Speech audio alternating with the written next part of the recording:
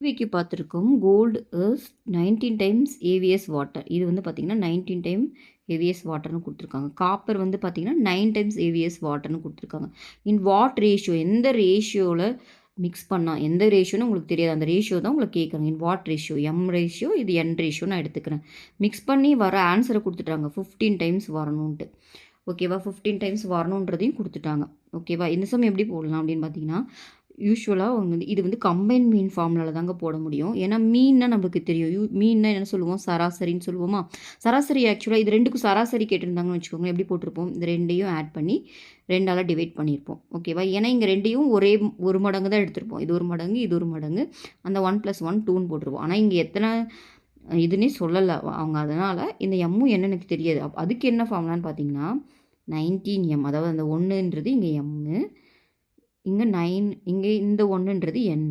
கீழே என்ன பண்ணோம், 1 + 1 2. அப்போ இந்த எம்மும் என்னும் இங்கே இது எம் இது என்ன தானே சொன்னேன். அப்போ அது ரெண்டையும் ஆட் பண்ண தான் கீழே. அப்போ இங்கே கீழே m + n வரும்.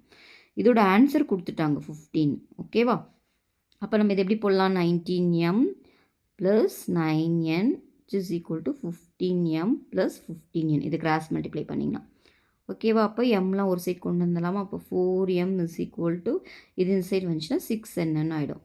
அப்போ இதோட ஆன்சர் என்ன, m/n பார்த்தீங்கன்னா என்ன வருது, 6/4, தட் இஸ் 3:2. ஓகேவா, இந்த ஆன்சர் எங்கே இருக்குது, டியில் இருக்குது. ஓகேவா, 3:2. அப்புறம் இதை வந்து மெத்தட் ஆஃப் மிக்ஸ்ட் அண்ட் அலிகேஷன்லையும் போடலாம்.